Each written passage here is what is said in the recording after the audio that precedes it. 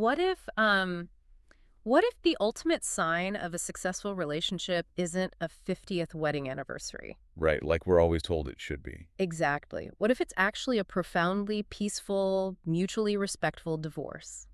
Wow.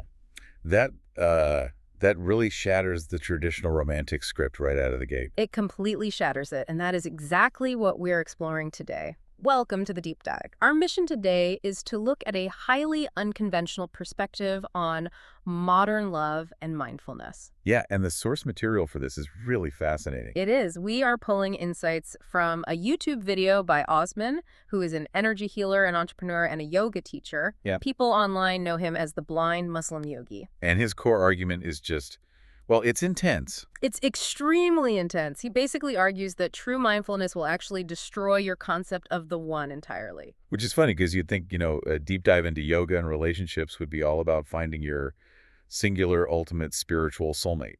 Right, you assume it's all going to be very cosmic and romantic, but he argues the exact opposite. And he backs up this whole philosophy with his own personal resume of, get this, 6 divorces. I mean, that is an incredibly provocative stance. Oh, yeah. We are so conditioned as a society to view lifelong permanence as literally the only metric for romantic triumphs. If it doesn't last forever, it failed. Exactly. But the source material today asks this fundamental question. Are we forcing ourselves to fit into a 19th century ideal of marriage that just, simply doesn't align with the 21st century reality of human evolution? Okay, let's unpack this, because it's a massive paradigm shift. So I'm going to ask you, the listener, to do me a favor. Just kind of humorous for a bit. Yeah, just for the next 15 minutes or so, take all of your preconceived notions about marriage, romance, and what a successful relationship looks like, and just leave them at the door. You really need a blank slate for this one. You really do.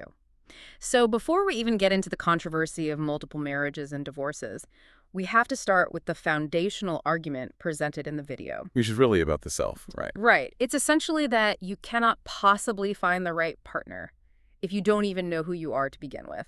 That is the crucial starting point. I mean, we spend immense amounts of energy on this external search for love. Oh, constantly. Swiping, dating apps, bars. We treat it like a scavenger hunt.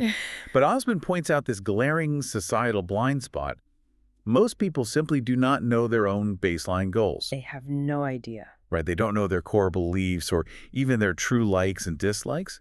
And because of that, they just fall into the trap of the soulmate myth. And he completely rejects that concept, doesn't he? Oh, totally. He rejects the soulmate idea as being way too idealistic. He argues that it unfairly puts a flawed human being on a pedestal.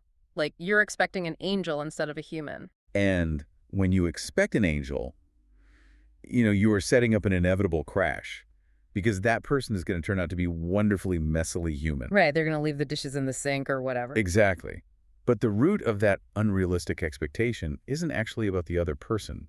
It's about our own lack of self-definition. Which is where he brings in that really brilliant everyday example, the New Year's resolutions. Yeah, that part hit hard. It really did. He notes how the vast majority of people set these, super ambitious goals on January 1st, and then they completely abandon them within the first 2 weeks. Yeah, and we have to ask why that actually happens. Right. It's not just laziness. No, it's a lack of true self-awareness. Exactly. They lack self-awareness and intrinsic prioritization. Hmm.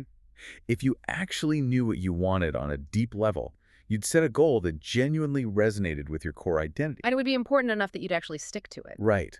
But because people are so disconnected from their inner selves, life is just sort of happening to them. They're not anchored. So think about it like this.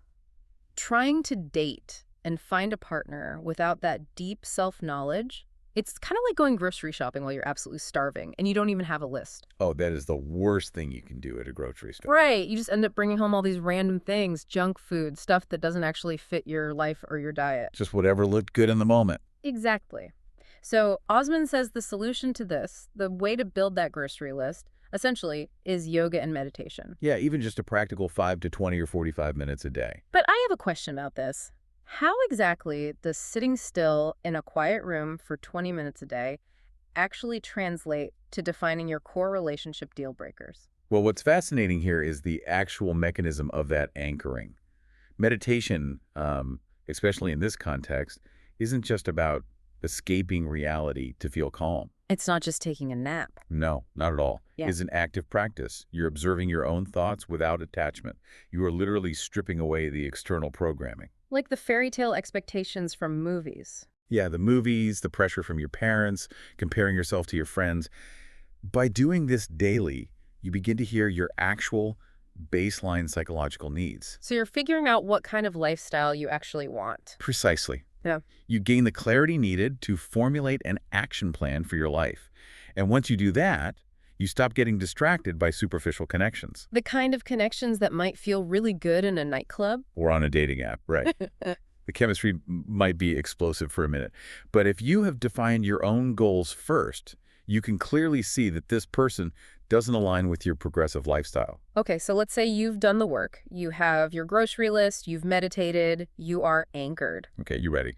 And you find someone whose goals seem to perfectly align with yours. Why doesn't that guarantee a lifelong happily ever after? Oh, well, this leads directly into Osman's views on human evolution and cohabitation. The reality check of moving in together? Yes. He points out there is a massive difference between meeting someone in a limited space, like on a date where they portray their absolute best self, and actually living with them, Oh, for sure. He quotes that saying, familiarity breeds contempt. which is brutal, but often true. It is. He notes how daily cohabitation exposes all these negative nuances. So that worshipable angel you thought you married turns into a nightmare. Because you're seeing their daily habits, their micro-frictions. But the core philosophical point here is even deeper. Right, it's about evolution. Yes, mindfulness makes you an ever-evolving person. It does not create a version of you that is just carved in stone forever. So you're constantly changing. Exactly. And if your partner does not evolve at the exact same rate or in the exact same direction, your paths are naturally going to diverge. He even points out that identical twins who have the exact same DNA eventually develop different choices and diverging paths. Right. And if twins diverge, how can we expect two unrelated people to stay perfectly aligned for 50 years? Here's where it gets really interesting, though. I have to push back on this a little bit. Okay, go for it. Is the assertion that familiarity breeds contempt a bit overly cynical? Or is it that mindfulness simply strips away the romantic illusions we rely on much faster than normal? Well, if we connect this to the bigger picture, it isn't cynicism at all. It's just absolute clarity. Clarity over cynicism. Yeah.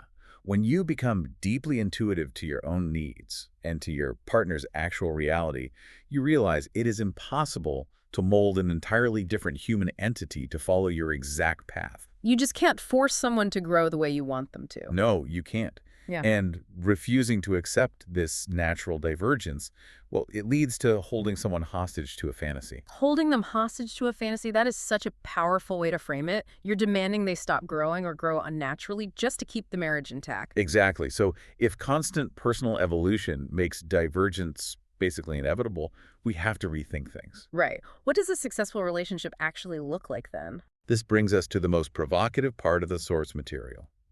He redefines relationship success. Moving from a single lifelong union to multiple substantive ones. Yes. And this is where Osman shares his personal anecdote. He has had 6 divorces. 6. I mean, society hears that number, and the judgment is usually instantaneous. Oh, people immediately label him a playboy. Or they say he's unstable, or he just can't commit. But he argues the exact opposite.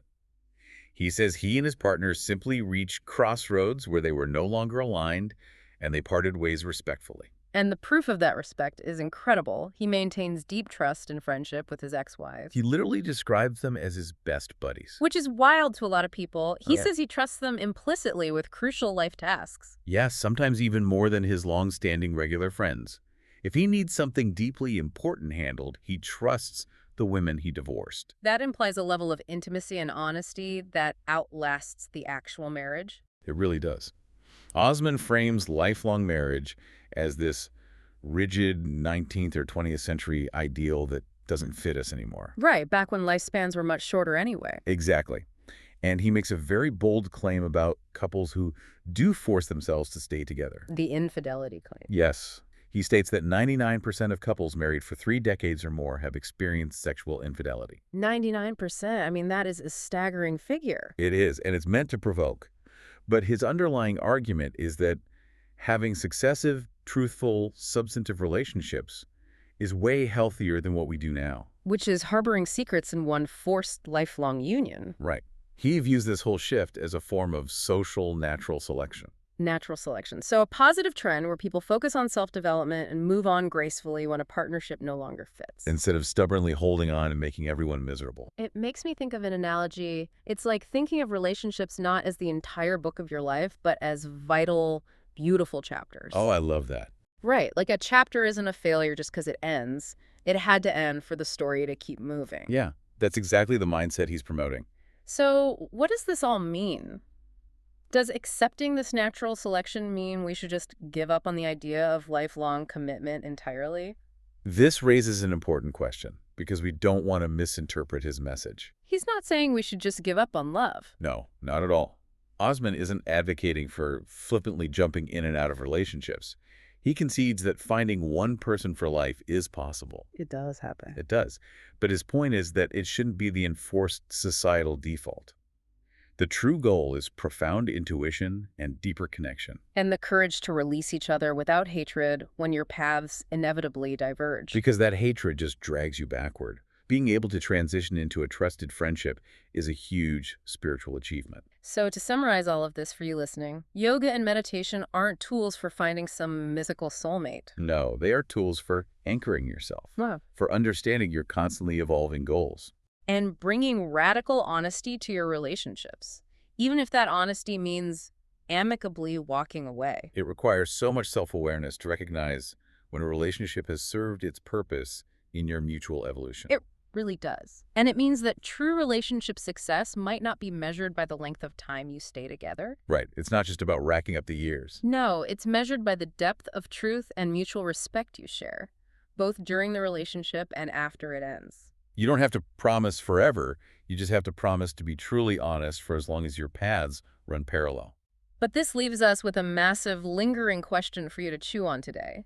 If natural selection in our social dynamics is indeed pushing us towards serial, substantive relationships, Which it seems to be doing. right, then how should we fundamentally redefine what a successful love story looks like? Is the ultimate romantic triumph of 50-year marriage. Or is it being able to call your ex-partner a deeply trusted best friend?